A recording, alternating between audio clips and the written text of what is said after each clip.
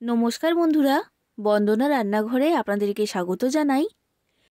আজকের রেসিপি আলু স্যান্ডউইচ বা আলু মশলা স্যান্ডউইচ। সবথেকে সহজ পদ্ধতিতে এই আলু স্যান্ডউইচটা আপনাদেরকে আমি তৈরি করে দেখাবো। সকালে ব্রেকফাস্টে বা বিকেলবেলা স্ন্যাক্স হিসাবে এই আলু স্যান্ডউইচটা আপনারা তৈরি করতে পারেন। এছাড়াও ছোটদের বা বড়দের টিফিন হিসাবে আলু স্যান্ডউইচটা তৈরি করে আপনারা দিতে পারবেন। আর এই আলু স্যান্ডউইচ এতটাই টেস্টি খেতে হয়, একবার বানালে বারবার রিকোয়েস্ট আসবে এই স্যান্ডউইচটাই তৈরি করার জন্য। তাই বন্ধুরা, আর দেরি না করে আজকের রেসিপিটা শুরু করা যাক। আর আপনারা যদি আমার চ্যানেলে নতুন এসে থাকেন তাহলে আমার চ্যানেলটা সাবস্ক্রাইব করার জন্য অনুরোধ রইল। আলু স্যান্ডউইচ তৈরি করার জন্য আমি এখানে নিয়েছি 3টে মাঝারি সাইজের আলু সেদ্ধ। এবার আলু সেদ্ধর খোসাটা আমি ছাড়িয়ে নিচ্ছি।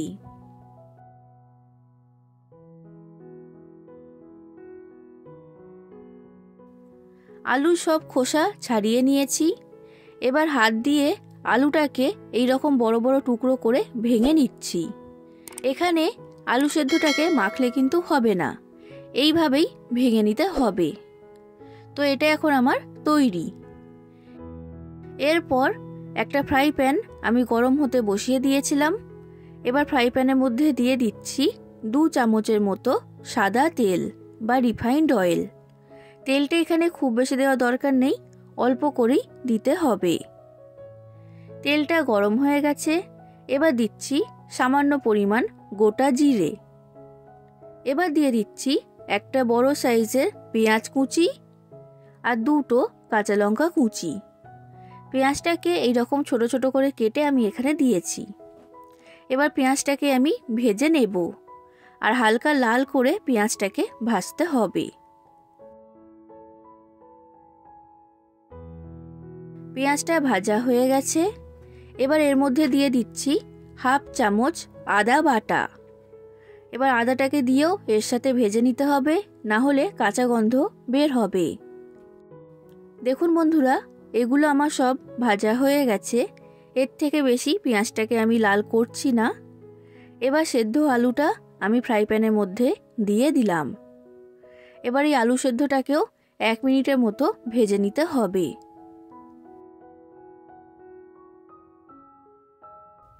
আলুটা ভাজা হয়ে গেছে। এবার দিয়ে দিচ্ছি কয়েকটা মশলা। তো সবার প্রথমে দিলাম সামান্য পরিমাণ হলুদের গুঁড়ো। হলুদ দেওয়ার কারণে রঙটা খুবই সুন্দর হবে। আর এরপর দিচ্ছি লঙ্কার গুঁড়ো। আপনারা যতটা ঝাল খেতে পছন্দ করেন সেই অনুযায়ী এখানে দিয়ে দেবেন। এবার দিয়ে দিচ্ছি স্বাদ অনুযায়ী লবণ আর সামান্য পরিমাণ চিনি। আর চিনিটা এখানে অবশ্যই ব্যবহার করবেন। আর এরপর দিচ্ছি 1/2 চামচের মতো চাট মশলা। চাট মশলা দিলে এই আলুর পুরটা খুবই মুখরোচক খেতে হবে। আর এরপর দিয়ে দিচ্ছি ধনেপাতা কুচি। এবার এইসব মশলাগুলোকে আলুর সাথে ভালো করে আমি কষিয়ে নেব। আর একটু সময় নিয়ে ভালো করেই কষাতে হবে। আলুটাকে এখানে পুরোটা মেখে ফেললে কিন্তু হবে না, এইভাবে ছোট ছোট টুকরো করে আলুটাকে ভেঙে দিতে হবে। এর ফলে স্যান্ডউইচটা খাওয়ার সময় কিন্তু খুবই ভালো লাগবে। এই সময় বলে রাখছি বন্ধুরা, আপনাদের যদি রেসিপিটা ভালো লাগে তাহলে অবশ্যই লাইক করে দেবেন, শেয়ার করে দেবেন, কমেন্ট করে জানাবেন কেমন লেগেছে রেসিপিটা। আর আমার চ্যানেলটা যদি এখনও পর্যন্ত সাবস্ক্রাইব না করে থাকেন তাহলে অবশ্যই আমার চ্যানেলটাকে সাবস্ক্রাইব করে দেবেন। দেখুন বন্ধুরা, আলুটাকে মশলার সাথে খুব ভালো করে কষিয়ে নিয়েছি। প্রায় 3 থেকে 4 মিনিট আলুটাকে কষিয়েছি। আলুটা ভালোভাবে কষানোর ফলে আলুর মধ্যে মশলাটা ভালোভাবে ঢুকে যাবে। তো এখন এই আলুর পুরটা আমার তৈরি করা হয়ে গেছে। এবার আলুর পুরটাকে আমি একটা প্লেটের মধ্যে নিয়ে নিয়েছি। এখন এই আলুর পুরটা ঠান্ডা হওয়ার জন্য রেখে দিচ্ছি। সম্পূর্ণ ঠান্ডা হয়ে যাবার পরেই এখানে আলু স্যান্ডউইচটা তৈরি করতে হবে। আলুর পুর যতক্ষণে ঠান্ডা হচ্ছে এই সময়ের মধ্যেই আমি বাকি কাজটা করে নেব। এবার এর মধ্যে থেকে 2 পিস পাউরুটি আমি এখানে নিয়ে নিলাম। এবার এই 2 পিস পাউরুটির মধ্যে আমি লাগিয়ে নিচ্ছি বাটার। বাটারটা এখানে অবশ্যই লাগাতে হবে। বাটার লাগানোর কারণে স্যান্ডউইচের টেস্টটা খুবই ভালো হবে। তো বাটারটা আমি 2 পিস পাউরুটির মধ্যেই লাগিয়ে নিয়েছি।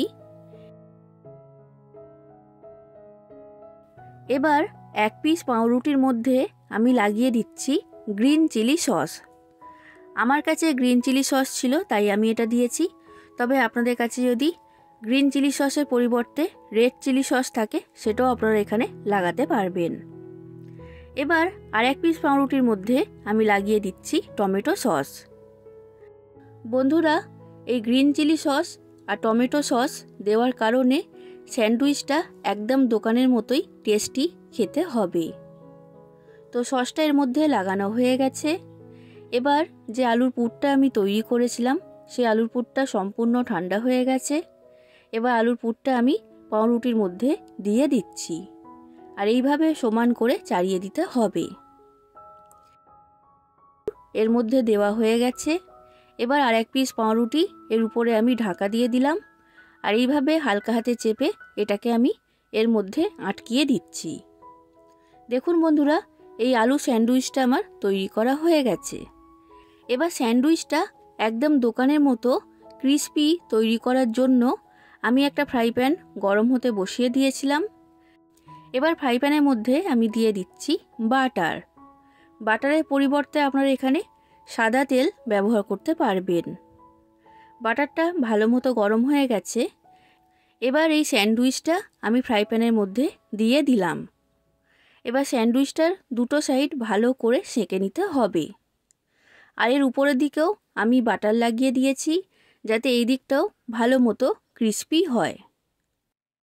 এইভাবে আলু স্যান্ডউইচটাকে উল্টে পাল্টে দুটো সাইড ভালো করে সেঁকে নেব যতক্ষণ না আলু স্যান্ডউইচটা মুচমুচে বা ক্রিস্পি তৈরি হচ্ছে। দেখুন বন্ধুরা, আলু স্যান্ডউইচটা আমার সেঁকা হয়ে গেছে আর এটা খুবই ক্রিস্পি তৈরি হয়েছে। এবার এটাকে আমি ফ্রাই প্যানের মধ্যে থেকে তুলে নিলাম আর ঠিক একই রকমভাবে আমি বাদবাকি সব আলু স্যান্ডউইচগুলোকে এইভাবেই সেঁকে নেব। তৈরি হয়েছে সেটাও আমি আপনাদেরকে দেখিয়ে দিচ্ছি। আর এটা খুবই ক্রিস্পি হয়েছে, আওয়াজ শুনে বুঝতেই পেরেছেন। তাহলে বন্ধুরা, আপনারা বাড়িতে এইভাবে আলু স্যান্ডউইচ বা আলু মশলা স্যান্ডউইচ তৈরি করবেন আর কেমন লেগেছে সেটা কমেন্ট করে আমাকে জানাবেন।